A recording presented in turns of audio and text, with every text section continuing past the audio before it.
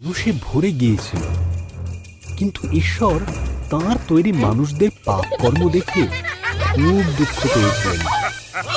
তিনি তাদের ধ্বংস করার জন্য মহাপ্লাবন ঘটানোর সিদ্ধান্ত নিলেন।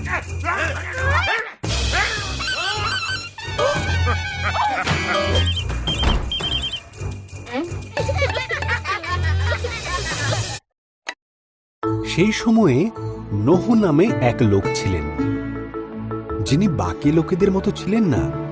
নোহ ঈশ্বরকে ভালোবাসতেন এবং তাঁর বাধ্য ছিলেন।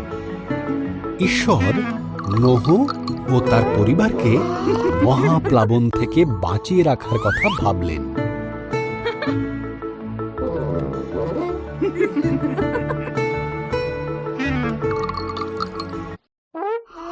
ঈশ্বর নোহকে মহাপ্লাবন থেকে সাবধান করলেন।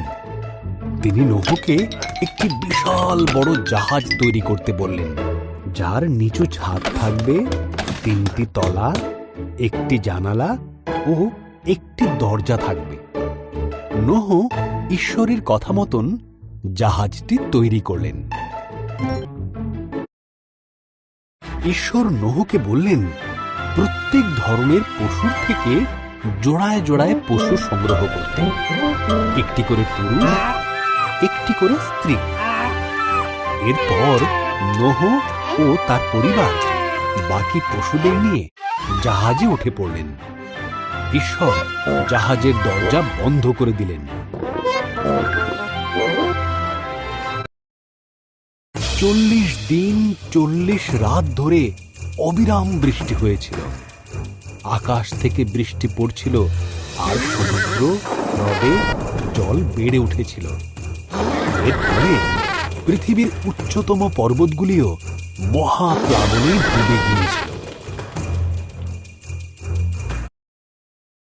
এই অবস্থায় নোহ আর তার পরিবার ও অন্যান্য পশুরা জাহাজে নিরাপদে ছিল এবং তাদের জাহাজ মহাপ্লাবনে ভাসছিল।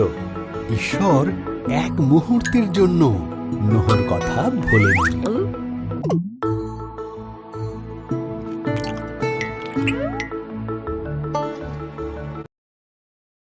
ঈশ্বর বাতাস পাঠালেন, জলের স্তর নেমে গেল, জাহাজটি আরারত পর্বতে থেমে গেল। নোহ একটি ঘুঘু পাখিকে বাইরে ছেড়ে দিলেন। যখন পাখিটি আর ফিরল না, তখন তিনি বুঝতে পারলেন পাখিটি এখন নিরাপদে আছে। ভূমি শুকিয়ে যাবার পর ঈশ্বর তাদেরকে জাহাজ থেকে বেরিয়ে আসতে বললেন। তিনি আকাশে প্রতিজ্ঞা স্বরূপ একটি মেঘধনু বানালেন, এই কারণে যে তিনি আর কখনো পৃথিবীতে মহাপ্লাবন আনবেন না।